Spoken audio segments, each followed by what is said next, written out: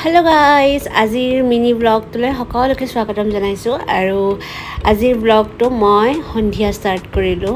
বেলকনিৰ পৰা আপোনালোকক দেখালোঁ আমাৰ ভিউটো, মানে আজিৰ সন্ধিয়াৰ ভিউটো বহুত ধুনীয়া আছিল। চ' ভাবিলোঁ আপোনালোকৰ লগত শ্বেয়াৰ কৰোঁ।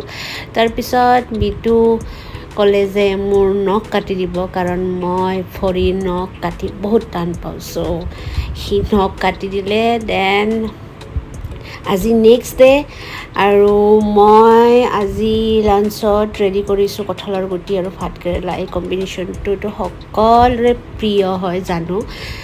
নেক্সট ইপিনে মাছ গৰম দিছোঁ আৰু অলপ পিছত আহিল ঘৰৰ পৰা এটা টোপোলা আম্মাই দি পঠাইছে বহুত বস্তু, লোকেল কণী, ৰঙালাও, নাৰিকল দি পঠালে। আমাৰ ঘৰৰে নাৰিকল হয় আৰু ঘৰৰ নেমু টেঙা আৰু লগতে আম্মাই নিজে বনোৱা মছলা কিছুমান দিলে। চ' এইটোৱে আছিলে মোৰ মিনি